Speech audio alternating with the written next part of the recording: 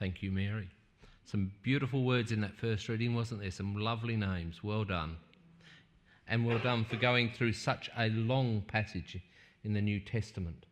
But I think you have to have that whole reading together because it really doesn't make sense unless you start at the beginning and finish at the end, so to speak. That makes sense, doesn't it? And then stop. The first reading from the Old Testament where there is the picking, the choosing. And the thing that I really get out of that reading is the sense that God doesn't look on what we look at. God looks for different things. It's not the biggest, it's not the best, it's not the brightest, because God sees us in different ways to the way that we see ourselves. And that moves on to the New Testament, where of all the people to bring this story to us, the one that brings the hope and the sense of healing comes out of a blind man, a beggar, the lowest on the social order.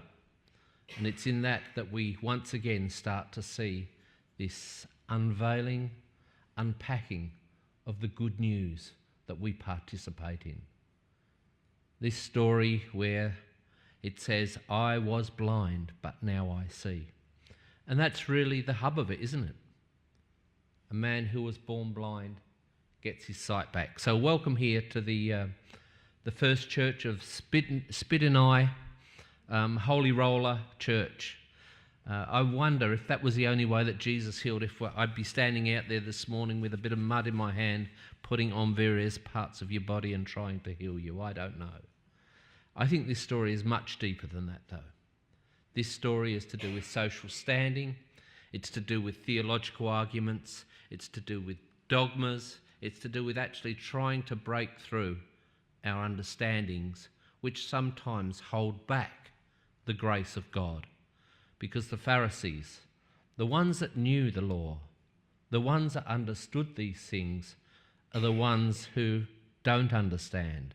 They are so wedded to their dogma, to their belief, that they cannot allow God to move in different ways. And it does beg the question here today, are we prepared? Are we able? Do we have minds that allow us to move beyond our dogmas, beyond our prejudices, to see God move in new and distinct ways? I noticed as it starts the reading, it starts with the issue of sin. And where does it end? With the issue of sin.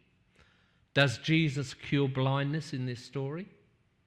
Yes and no. Because at the end of the story, the Pharisees are as blind as they was at the very beginning, aren't they? The Pharisees who think they can see are shown as the ones who cannot see what God is doing amongst us. This is another one of those great stories in the Gospel of John, and I'm beginning to warm once again to the Gospel of John after a period of perhaps dismissing it a little bit because it's so different from the other three Gospels. But this is another story. We have first the man who came by night, the Pharisee, the teacher of the law, the one called Nicodemus. Last week we had the Samaritan woman. And today we have the man born blind. Again, a nameless person. And perhaps fittingly being a nameless person, because what has this man's job been most of his life? It has been a beggar. He is on the bottom of the social rung. He is an outcast in many respects from the normal happenings of community. His blindness has pushed him to a certain strata within that community. And yet, somehow, despite of all these things that happen, where does he find himself at the end? Cast out of the synagogue, cut off from the religious and social community, because the two were so closely aligned. And I ask myself the question, in terms of the social demographic, is he any better off?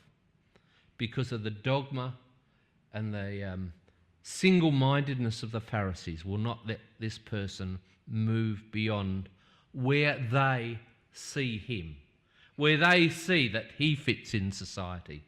And in doing so, they realise, or they don't realise I should say, but they profess their own blindness to the changes that can take place. This is an incredible social drama as well as a physical healing. And we can read it for the healing, and so we should. A man that was born blind can see again. But it also questions the very structures that we have that allows people to move in and out of the grace of God. Jesus, like the woman at the well, moves to meet this person. Did you notice there is no discussion of this blind man saying to Jesus, please heal me, as we see in other stories where people come to Jesus and say, Jesus, I want this, I want that. There is no discussion that takes place. Jesus sees this person in his state. He sees him for what he is, because God's eyes see us different to the way that we see each other. I wonder how many people would have passed him as he sat in his regular begging place, day to day. I don't know about you. Do you ever see those people that sit on the sides of the streets in Melbourne with their placards? There's quite a lot of them.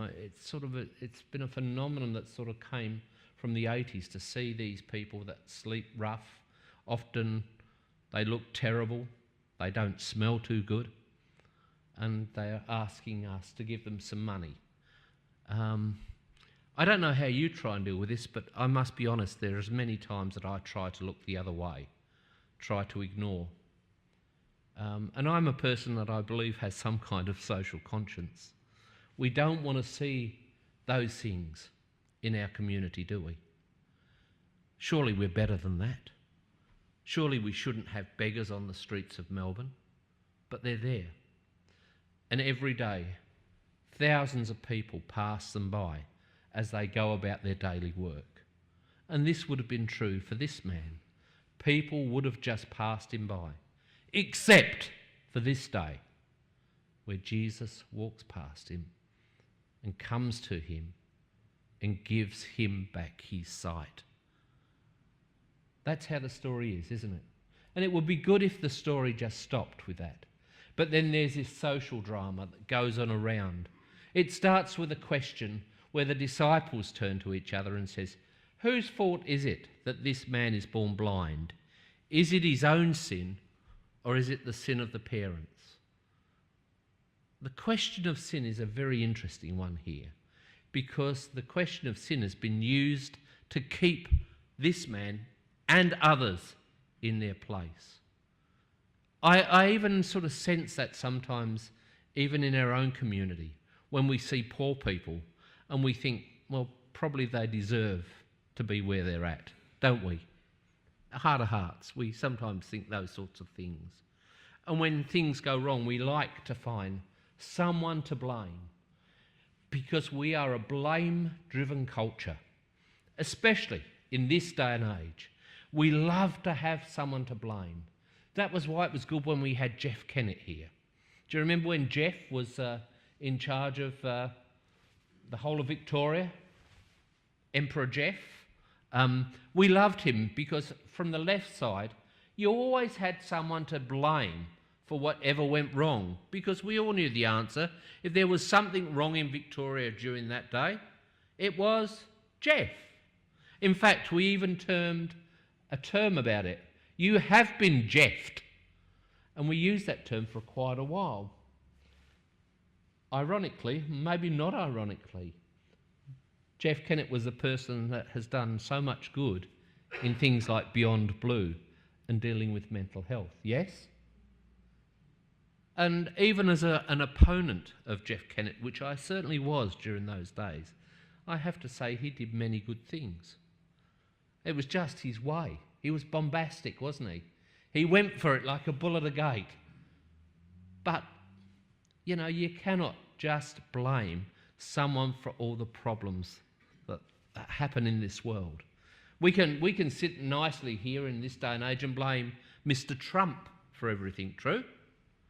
And probably he deserves a bit of blame about some things. But we are a culture that loves to blame. You know, I watched footy last night. Now, footy's back, isn't it? Victoria rejoices. We can all be religious again. We can put on our sacred garments, and we can go to the hallowed turf, and we can worship as however many men kick a football in front of us, or women nowadays. We've become an enlightened society, and we can participate in that. But I love it. I read a board, which is where people on the internet write about the game as it happens. And gee, I love to see how someone becomes the scapegoat when your team loses. It's all this person's fault because they didn't play well enough. Very simplistic, but that's the way we are, isn't it? We like to find someone to take fault. In my place, I always try to find someone to take fault for what's gone wrong, and it's usually myself. And people who know me will know that. I love to sort of take some of the negative upon myself. And I'm looking at this story and think, how far has humanity moved in 2,000 years? Because we want to find someone to blame. Whose fault is it that this man was born blind? Was it the fault of the parents? And we did sing a song a little while back with the steadfast love of the Lord never ceases. That's from Scripture, do you know that? And if you read down, it says the love of God is so great it will go to the 1,000th generation, but the curses go to the 4th generation. So even within the faith that we support, there was a sense of, you know, we've got to pay the price for the sins of our father. Personally, I don't believe that. I believe that God takes us for who we are, as we are, now and here. And the question of sin is a difficult one, especially in the uniting church, where we don't like to have too many hard rules on too many things, except for the things that matter. And the things that matter are the things that the synod tell us are the things that matter. So, you know, perhaps that's a way of looking at it. But there is a big argument that goes on in this story at many levels of whose fault this is, and not just accepting that this is a good news story, because it is good news, isn't it? A man who was born blind gets his sight back. And it's not as though there was some sort of voodoo type culture, as it says in the reading. This is unheard of. This is not usually, forgive the pun, seen in our community, that someone gets their sight back. And there is a lot of toing and froing. There is the man who is questioned not once but twice. They bring his parents in to be questioned. They ask the neighbours. There is some doubt over whether this has been regular or spurious. And you see, because it's so far out of what the Pharisees can actually comprehend, they cannot understand God working in this way. They've got to blame someone for this man being born blind, and how dare he get his sight back. It is an offence because they've done it at the time when you shouldn't heal people, being the Sabbath. You've broken another law. Jesus, simply by making that simple ointment and putting it on his eyes, has broken the laws of the Sabbath as well. On so many levels, this is wrong. And yet, this wrongness turns out to be so right, doesn't it? Don't you see that? And how many times do we make our rules hold people back? You know, when I first started to come into church, I didn't know the protocol because I wasn't brought up in a church environment. And I went in jeans, and I went to a church, a Baptist church, Murrumbina Baptist. And I think I've said this before, where one of the elders in his dark suit, because apparently you had to have black suits if you were an elder in those days, came up to me and says, "We want to ask you to leave because we don't think you are dressed suitably to be in the house of the Lord." I wonder why I ever actually went back to church after seeing that. I think it was just, I thought he must be having a laugh. He must be joking around. He couldn't be serious, but I think he was. You know, in the old days, when you'd see someone coming in without their hat on, ladies, how would you feel about that? And gloves. I'm looking around, I can't see too many hats on today. Oh, you terrible lot. But isn't it funny how we can make rules that stop people from really experiencing and understanding the fullness of grace? Yeah? And we laugh now, but I guess that we will look back on our time and we will see silly rules that have stopped us embracing the people around us. And we don't realise how many barriers that we put up. You know, I feel sad for those who have been divorcees, who have been treated so badly by the life of the church. It's only been recent times that we've been able to cope with people who have gone through the brokenness of a marriage. And rather than getting round them and saying, God loves you and God cares for you and we'll work this through together, we liked to put a bit of blame there, didn't we? And we like to put people under question. There are so many things, and I leave it maybe to your own imagination to start thinking through the barriers that we put up to stop people from experiencing the fullness and the deepness of love and the healing grace that God gives to each one of us. You know, I even think it's sometimes when we sing some of the songs, you know, how many women who have been treated badly by a male figure and have to sit there and sing about God being this loving him, always him, which I think is totally irrelevant because nowhere does it say God is a he in the Bible. How much that might put some people off. And I don't mean we should just roll over and just sort of be nothing and stand for nothing, because Martin Luther King Jr. said these words, if you don't stand for something, you will fall for everything. And I think we need to have things we stand for, but they've got to be things that are worthwhile and proper, because we learn from this story that so much of what we do is about us and maintaining our order than allowing the poor one, the beggar of our own community, the asylum seeker, the foreigner, to experience the grace of God, because we've created so many rules and regulations around this.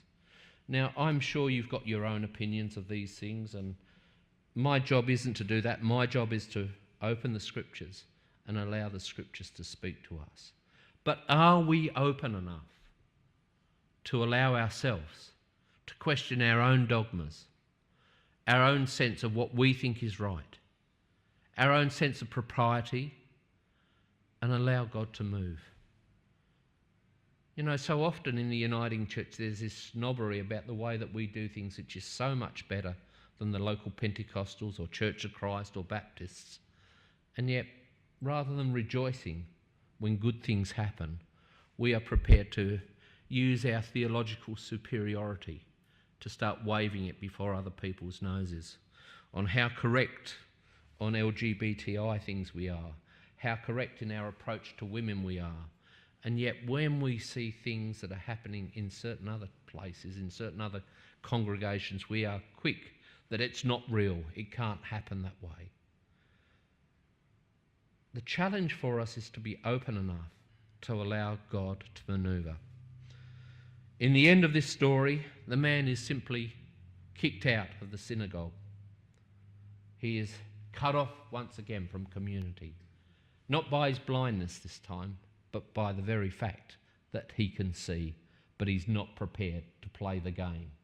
He's not prepared to sort of cut it back because of these people's bias. Who does he meet when he's outside? Once again, he is sitting there and it says, Jesus came to him. And they had a further conversation, one about those who are blind and who cannot see are the ones that are in sin, not this person. The sin starts with the sin of this man, but finishes with the sin of the Pharisee. Let us be aware that our own sins will make us accountable. Amen.